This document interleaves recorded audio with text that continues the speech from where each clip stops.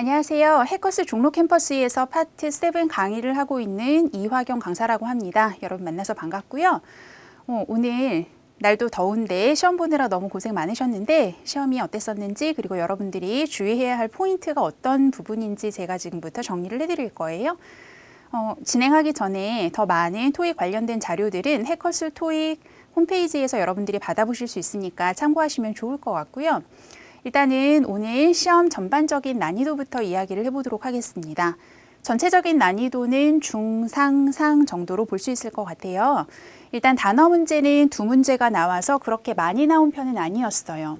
지문 개수는 언제나 똑같죠. 그런데 지문이 길진 않고 비교적 짧은 편이었다라고는 할 수 있지만 어려운 문제들이 많이 나왔고 그리고 평소보다 굉장히 많이 기사가 세 지문이나 출제가 되었기 때문에 동요 문제는 적고 또 기사 문제는 많이 나왔고 뒤로 가면서는 굉장히 난이도가 확 올라갔기 때문에 여러분들이 풀면서 시간이 굉장히 모자라다라고 느끼실 수 있을 법한 그런 난이도였다라고 볼 수 있고요. 추론 문제 같은 경우가 다수 출제됐다라는 것도 특징이라고 할 수 있습니다. 평소보다 추론이 좀 어려운 거 위주로 많이 나오기도 했었고요. 자, 일단은 단어 문제부터 정리를 해볼게요. values라는 단어가 나왔었죠. 이 단어 자체는 여러분들이 굉장히 낯설 만한 그런 단어는 아니에요. 예문을 같이 보자면 our basic values라는 표현이 있을 때 우리의 기본적인 가치관들이라고 할 수 있겠죠. value는 여러 가지 의미를 가지고 있긴 하지만 우리의 기본적인 가치관이라고 하면 우리가 지켜야 하는 원칙들을 이야기하기 때문에 principles하는 단어하고도 같이 짜게 될 수 있다라고 정리 가능하시겠죠. 물론 value라는 단어는 맥락에 따라서 가격의 의미로도 쓰일 수가 있고 가치의 의미로도 쓰일 수가 있죠. worth라는 의미로도 쓰일 수 있지만 어떠한 맥락에서는 이렇게 원칙의 의미로 쓰일 수 있다는 것도 여러분들이 기억을 해두시면 좋을 것 같습니다. 그 다음 가볼게요. 두 번째 단어요. cover라는 단어. 워낙에 평범하게 생긴 단어고 여러분들이 이렇게 저렇게 여러 맥락에서 많이 보셨을 법한 단어고 사실 토익에도 이제까지 많이 출제가 됐었던 단어이긴 하죠. 자, 예문을 보시면 If I miss the meeting, 내가 만약에 미팅을 못 들어가게 된다면 Please cover for me. 나를 위해서 커버해줘 라고 이야기가 나온다면 이거는 나를 어떻게 싸줘 혹은 나를 숨겨줘 라는 의미라기보다는 나를 대신해줘 라는 의미로 쓰인다라고 볼 수 있거든요. 그 경우 가장 적합한 동의어는 substitute이라고 할 수가 있겠죠. substitute 그러면 대체하다, 대신하다 혹은 대신 사용하다 이런 의미로 쓰일 수가 있으니까 나를 대신해줘 자리에 substitute이 들어가면 좋겠고 커버는 이제까지 토익 내에서 예를 들어서 BBC가 특정 사건을 커버했습니다 라고 했을 때는 보도하다의 의미로 쓰였겠죠. 취재해서 보도하다의 의미로도 쓰인다라는 것이 출제가 된 바가 있고 그리고 너의 학원비는 누가 커버해주고 있니? 라고 물어본다라고 하면 누가 지불해주고 있니? 라고 물어보는 거겠죠. 여러 가지 뉘앙스, 한 단어에서 여러 가지 뉘앙스를 여러분들이 익혀두시고 그 해당 맥락에서 가장 적합한 단어를 답으로 고르시는 것을 연습을 충분히 하시는 게 중요하겠습니다. 자, 그러면 그 다음으로 가서 오늘 시험 전반적인 이야기를 해보도록 하죠.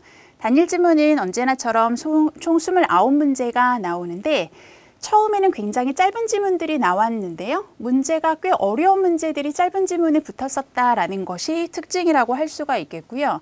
뒤로 가면서 공지라든지 아니면 온라인 채팅 그리고 맨 마지막 아티클 굉장히 길고 복잡한 내용의 답을 찾기도 좀 까다로운 지문들이 출제가 됐다라고 할 수 있죠. 연계 지문은 더블 패시지가 총 2세트가 나왔었어요. 그래서 문제는 총 10문제가 나오게 되죠. 더블 패시지가 아마 여러분들이 좀 편하다라고 느끼실 수 있을 법한 지문이 아니었을까라고 생각을 합니다. 표가 많이 들어가 있었거든요. 그리고 충분히 예상 가능하게 연계 문제도 거기에서 많이 출제가 됐었고요. 하지만 뒤로 트리플로 가면서 트리플은 총 3세트가 나오게 되죠. 그래서 총 15문제가 출제가 되게 되는데 트리플 맨 처음에 한 세트는 그나마 괜찮았었는데 뒤에 2세트가 읽어야 할 양도 굉장히 많고 여러분들이 굉장히 이제 힘들다라고 느끼실 만한 그런 세트가 있었어요. 트리플 마지막 2세트가 좀 어려웠고 이 와중에 패러프레이즈에서 여러분들이 주의하셔야 될 부분 그리고 추론 부분에서 여러분들이 주의하셔야 될 부분, 그리고 연계 문제가 주로 출제되는 패턴, 이렇게 세 부분으로 나눠서 보도록 하겠습니다. 맨 처음에 주요 패러프레이즈의 정리를 한번 해볼게요. annual. annual이라는 단어는 뭐 1년에 한 번씩 하는 해마다의 이런 의미를 가지고 있죠. 만약에 annual subscription fee라는 표현이 나온다면 그것은 무엇을 의미하냐면 연회비를 once every year, 1년에 한 번씩 지불해야 된다라는 것을 의미할 테고, 여러분들이 같이 정리해 두셔야 되는 같은 표현으로는 yearly라는 표현이 있어요. yearly subscription fee라고 나온다고 해도 정확히 같은 의미일 거고요. 그 다음으로 가볼까요? You can go to the bathroom with your teacher approving. 이라는 표현을 볼게요. 여러분 문법 시간에 아마 분사구문을 배우시면서 with 명사 ing 그러면 ing가 여기 나오죠. with 명사 ing 그러면 명사가 뭐뭐 하면서 라고 해석이 되는 분사구문이라는 얘기를 들어본 적이 있으실 거예요. with your teacher approving 그러면 너의 선생님이 승인을 해주면서 bathroom에 갈 수 있다. 이 얘기는 약간 더 이제 어색하지 않게 해석을 풀어보자면 너의 선생님이 approving을 해줘야 네가 화장실에 갈 수 있다, 이런 의미가 될 거예요. approving이라는 단어는 승인이란 뜻이기 때문에 상대방으로부터 허락을 받는다라고 볼 수가 있겠고, 그래서 학생들이 should get permission, 허락을 받아야 한다 정도로 패러프레이즈가 가능하겠죠. permission이라는 단어로 패러프레이즈도 가능하고 allow, 허락을 받아야 된다 해서 이제 allow라는 동사를 쓸 수도 있을 거고요. 아니면 승인을 받다 해서 authorize라는 동사를 쓸 수도 있겠죠. 하나의 상황을 표현하는 여러 가지 표현들을 여러분들이 정리를 해두시는 것이 이제 토익 시험에서의 핵심이라고 할 수 있는데, authorize, 승인받다, 권한을 받다, 이 표현도 같이 쓸 수 있다라고 정리를 해두시면 좋겠습니다. 다음으로 넘어가 볼게요. 자, 감소하다, 떨어지다 라는 표현에는 굉장히 많은 단어들이 존재를 하죠. 예를 들어서 뭐 이 단어를 쓸 수 있는 맥락은 굉장히 여러 가지가 있지만, 예를 들어 내가 자영업을 하고 있는데 작년에 매출이 너무 떨어져서 내가 고민이 많았어. 그게 우리 가게의 문제였어 라고 얘기를 하고 싶다면 sales가 decline, 감소했다, 쇠락했다, 그리고 decrease, 줄어들었다 라고 표현은 당연히 가능하겠죠. 이 두 가지가 가장 기본적인 단어들이고요. 거기 추가해서 여러분들은 drop, dwindle, 그리고 덜해졌다, become less라든지 lessen, 얘는 동사로 줄어들다 혹은 줄이다 라는 의미로 쓰이는 표현인데, 이런 표현들을 여러분들이 더 정리를 해두셔야겠고요. 자, 그 다음에 다음 걸로 가보겠습니다. 상황이 제가 지난달에 학생이 100명에서 200명으로 늘었어요 라고 얘기를 할 때 간단한 계산을 할 수 있죠. 우리 100명에서 200명으로 늘었으면 몇 배가 늘은 거죠? 2배가 늘은 거죠. 이 상황을 패러프레이즈 할 때 숫자가 더블했다. 더블이 동사로 쓰여서 2배로 늘어나다라는 의미거든요. 만약에 이런 것이 토익에 출제될 수 있다면 당연히 100명에서 300명으로 증가했다라는 상황에서는 트리플, 3배로 증가했다라는 표현도 나오는 것이 가능하겠죠. 그래서 triple이라는 이제 동사로 쓰임, 이 단어가 동사로 쓰이면 3배로 증가했다까지 같이 정리를 해두시면 좋을 것 같습니다. 다음으로 넘어가서요. 자, 해당 문장 한번 보겠습니다. 여기 좀 어렵고 중요한데요. to라는 전치사들 이제 여러분들 굉장히 친숙하게 많이 알고 계실 거예요. to라는 전치사는 역시나 모든 단어가 그런 것처럼 상황에 따라서 해석이 굉장히 다양하게 되는 것이 가능하죠. 그런데 앞에 limit이라는 단어랑 엮이거나 아니면 하나를 더해서 restrict이요. 두 개의 의미가 유사하죠. 둘 다 제한되는 의미인데, 만약에 그렇게 쓰인다라고 하면 이 to라는 전치사가 누구누구에게 라는 의미로 쓰이는 것이 아니라 어디까지로 라는 의미로 쓰인다라는 것을 여러분들이 반드시 기억을 해두셔야 돼요. 그래서 해당 문장을 해석해 보면 This competition, 이 대회가 is limited to students in Korea. 한국에 있는 학생들에게 제한됐다라고 해석을 하면 마치 어떻게 들리나요? 한국에 있는 학생들은 저 대회에 나갈 수 없다라는 것처럼 들리잖아요. 전혀 아니고 한국에 있는 학생들까지로 제한됐다라는 뜻이에요. 이건 무슨 말이냐면 한국에 있는 학생들만 나가는 것이 가능하다는 얘기죠. 그래서 이 상황이 only students in Korea 라는 표현으로 패러프레이즈 되는 것이 가능하다라고 봐두세요. 아니면 뭐 특정 서비스가 예를 들어 뭐 병원에 가야만 하는 환자들까지만으로 제한이 되어져 있다. 이런 표현이 만약에 본문에 나온다면 이것이 패러프레이즈가 될 때는 단지 patients, 환자들만이 특정 서비스를 이용할 수 있습니다. 이렇게 패러프레이즈가 되는 것도 가능하겠죠. 자, 그 다음 걸로 가볼까요? We can provide our service. 우리는 우리의 서비스를 제공할 수 있습니다. 커마하고 이끄는 whether절은 부사절로 얘가 명사절이면 뭐뭐인지 아닌지라고 많이들 알고 계실 거예요. 그런데 얘가 만약에 부사절 자리에 들어간다라고 하면 뭐뭐이건 아니건 혹은 A이건 B건 간에 상관없이 이런 뜻으로 쓰이거든요. 그러니까 그 뒤에 whether you own a flat. flat 그러면 작은 아파트 얘기하는 거죠. 만약에 네가 아파트를 가지고 있건 아니면 or large house, 커다란 단독주택 집을 가지고 있건 간에 우리는 우리의 서비스를 제공할 수 있습니다. 라고 이야기를 하는 거고 이 상황에 대한 패러프레이즈는 어떻게 될 수 있을까요? 그러니까 너의 집의 종류 혹은 사이즈랑 상관없이 어디에라도 우리는 우리의 서비스를 제공할 수 있다라고 이야기를 하고 있는 거죠.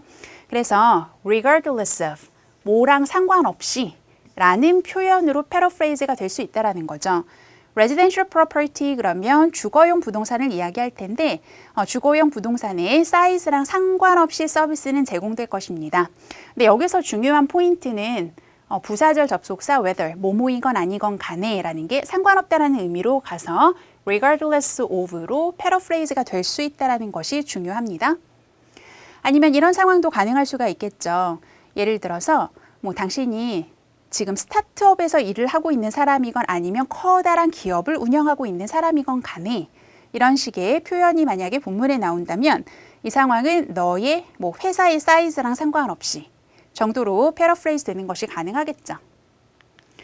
다음 거 넘어가 보겠습니다. 상황을 하나 생각을 해볼게요. 10년 전에 이화경은 단어 시험 점수를 기록하기 시작했습니다. 왜냐하면 lack of record. lack이라는 단어는 무슨 뜻이에요? 뭐가 없다라는 거잖아요. 결핍 뭐 이런 뜻이니까 기록이 없었기 때문에 시험 점수를 기록을 했대요. 그때부터 이제 기록하기 시작했다는 얘기죠. 그것이 없었기 때문에 기록했다라는 거는 처음으로 기록하기 시작했다라는 의미로 패러프레이즈 되는 것이 가능하겠죠. 다른 상황을 한번 상상을 해볼까요? 어떤 가게가 내가 한 35년 전쯤에 어떤 가게를 세웠을 때는 이 동네에 비슷한 가게가 전혀 없었기 때문에 렉했기 때문에 내가 특정 종류의 가게를 세웠다라고 나온다면 35년 전에 처음으로 그 가게를 설립을 했다. 그런 종류의 가게를 그 사람이 설립했다. 이렇게도 패러프레이즈 되는 것이 가능하겠다. 그죠? 네, 다음 문제를 보도록 할까요? 이거는 온라인 채팅에서 나오는 의도 파악 문제인데요. SNS 메시지 부류의 텍스트 메시지하고 온라인 채팅이 나오죠. 시험 보러 갔을 때 항상 두 지문씩 나오게 되는데 텍스트 메시지는 보통 등장인물이 2명이고 온라인 채팅은 3명, 4명, 뭐 5명까지도 되고 등장인물이 굉장히 많이 등장을 하거든요. 여러 명이 등장을 했을 때가 문제예요. 여러 명이 등장을 하면 우리가 좀 편하게 순서대로 질서 정연하게 이야기를 해주면 너무 고마운데 현실이랑 굉장히 비슷하게도 별로 그렇지는 않아요. 여러분들도 단체 채팅방 들어가시면 바로 내가 앞에 누군가 했던 이야기에만 대답을 하거나 이런 건 아니죠. 2-3칸 위로 올라간다고 하더라도 뭐 저기 위에 재밌는 사진이 있었으면 그걸 보고 나중에 뭐 웃는 이모티콘을 보낸다라든지 이러는 경우가 있잖아요. 그래서 이것도 굉장히 마찬가지인데 상황을 한번 보도록 할게요. 모니카라는 사람이 이야기를 합니다. Is it okay to be on your own? 이라고 질문을 했어요. On one's own 그러면 누구의 도움을 받지 않고 스스로라는 의미도 있기는 하지만 우리가한테 굉장히 친숙한 언론, 혼자 있는의 의미도 있어요. 그러니까 이 퀘스천은 너 혼자 있어도 괜찮겠어? 라고 물어보는 상황인 거고 거기에 대해서 질문을 받은 당사자가 대답을 하기 전에 다른 사람이 제3자가 끼어들면서 근데 지금 배고프니까 끝나고 우리 같이 뭐 먹으러 갈까? 뭐 이런 얘기를 하는 거예요. 그리고 나서는 이제 질문을 받은 당사자가 그나마 토익에서는 우리한테는 좀 다행스러운 것이 서로의 이름을 부르면서 대화를 할 거예요. 모니카, I don't mind it. 나는 괜찮아, 꺼리지 않아 라고 이야기를 했다라고 하면 테드가 한 얘기에 대해서 뭐라고 대답을 해준다라기보다는 모니카가 한 질문, 즉 혼자 있어도 괜찮겠어? 라고 질문한 것에 대해서 나는 혼자 있어도 괜찮아, 그걸 뭐 신경 쓰지 않아, 꺼리지 않아 라고 이야기를 한 것이기 때문에 두 개를 종합해서 나는 혼자 있어도 괜찮다 라는 의미의 답을 정답으로 고르셔야겠죠. 저는 지금 중간에 이렇게 끼어든 대화를 한 문장을 넣어놨지만 실전에서는 여기에 두 문장이 들어가 있을 수도 있고 세 문장이 들어가 있을 수도 있고 꽤 다이나믹하게 상황이 전개가 될 수도 있거든요. 하지만 우리한테는 확실한 힌트, 이름이 나오거든요. 그래서 이름 부른 거 가지고 차분하게 찾아가시면서 지금 누구 질문에 대답을 하고 있는 건지를 확정을 하셔야겠죠. 다음으로 넘어가 보겠습니다. 자, 어떤 규칙이 있는데요. Effective, 효력이 발생합니다. For the construction period. 건설 기간 동안에만 이 규칙들은 효력이 발생합니다. 라는 표현이 나온다면 여기에 뭐 3개월, 2개월, 몇 월 며칠부터 며칠까지 라고 내용이 나온 것이 아니라고 하더라도 의미상 이 기간 동안에만 유효한 규칙이다 라고 이야기하기 때문에 이 상황은 temporary, 기한이 한정된 그런 regulation입니다 라고 표현하는 것이 가능하겠죠. 하나 더 보겠습니다. 자료를 보내다 라고 할 때 가장 먼저 생각이 나는 단어는 아마 send이실 거예요. 어떤 사람이 강의를 해야 되는데 그 강의실에 어떤 기계를 사용할 수 있는 건지 그 사람이 알지 못하고 있으니까 관련 자료를 그 사람에게 이메일로 보내주시면 뭐 좋을 것 같습니다. 이런 내용이 나왔다라고 했을 때 자료를 보내다의 send가 금방 가장 먼저 생각이 나시겠죠? 그리고 보내다에 해당되는 단어로 중요하게 forward라는 단어, 동사를 기억을 해두실 필요가 있어요. forward는 뭐 앞으로 라는 의미로도 당연히 쓰일 수 있지만 동사로 쓰였을 때 무언가를 보내다 혹은 전달하다의 의미로 굉장히 중요하고 토익에서 좋아하는 단어거든요. 꼭 기억을 해두시고 해당되는 다른 단어를 봤을 때 deliver도 가능하고 그리고 요 단어요. 루트라고도 읽고 라우트라고도 하는데 아무튼 받은 자료를 그대로 전달하다 혹은 보내주다 이런 의미로 쓰이거든요. 이 단어도 좀 어려운 편이니까 잘 기억을 해두시는 게 좋겠습니다. 자, 그러면 이제 추론 쪽으로 넘어가 보도록 할게요. 날짜 추론에 대해서 이야기를 해볼게요. 지문을 하나 드리기보다는 상황 몇 가지를 예시를 들여서 드리려고 하는데 지금 지문이 이렇게 이메일이건 뭐 편지일 수도 있고요. 아니면 기사일 수도 있고 날짜가 9월이라고 표시가 되어져 있어요. 공지일 수도 있고. 아무튼 이 지문이 작성된 날짜는 9월이라고 표시가 되어져 있는 와중에 지문 내에 무슨 말이 나오냐면 돌아오는 7월에는 영화를 개봉할 겁니다 라는 얘기가 나와요. 9월이면 한 해에서는 7월이 이미 지나간 시점이죠. 그러니까 9월 시점에서 돌아오는 7월이라고 하면 올해 내에는 7월은 이미 지나갔기 때문에 다시 돌아올 수 없겠죠. 내년, 다음해 정도로 패러프레이즈가 돼야 하고 그렇기 때문에 영화가 next year, 내년에 혹은 다른 표현으로 하자면 뭐 following year 이런 표현도 가능을 하겠죠. following year라든지 coming year. 다음 해에 개봉을 할 거다 이런 식의 표현들로 패러프레이즈가 가능하다라는 것을 여러분들이 기억을 해두시면 좋겠고 그 다음에 과거에 대해서도 당연히 날짜 추론은 가능해요. 지문이 작성된 시점이 4월이라고 했을 때 마찬가지로 이메일일 수도 있고 공지일 수도 있고 기사일 수도 있어요. 그래서 어떤 종류의 지문이 나온다고 하더라도 맨 처음에 그 지문이 작성된 날짜는 여러분들이 꼭 눈여겨서 봐두시는 버릇을 들으실 필요가 있는데요. 아무튼 지문이 작성된 시점이 4월이라는 근거가 어딘가에 나와 있고요. 지문이 진행되는 와중에 이화경 선생님은 지난 6월부터 강의를 했다라고 이야기를 해요. 그러면 올해 4월 기준으로 6월은 아직 오지 않았죠. 지난 6월이라고 하려면 작년이어야 하는 것이거든요. 그렇기 때문에 last year, 작년이라고 패러프레이즈 되는 것이 가능하겠다. 괜찮으세요? 날짜 추론은 지문이 싱글 패시지로 나오건, 그러니까 단일 지문이건 아니면 뭐 연기 지문이건 간에 굉장히 좋아하는 추론의 패턴이기 때문에 이 출제 패턴을 여러분들이 좀 익혀두시는 것이 좋은 생각일 거고요. 하나 더 보겠습니다. 꽤 어려운 추론에 속하는데요. 업종 추론이라고 저는 이름을 붙여놨어요. 몇 가지 예시를 드려볼게요. 업종 추론이 어려운 이유는 관련된 단어들이 좀 이렇게 동사라든지 우리가 단어장 보면서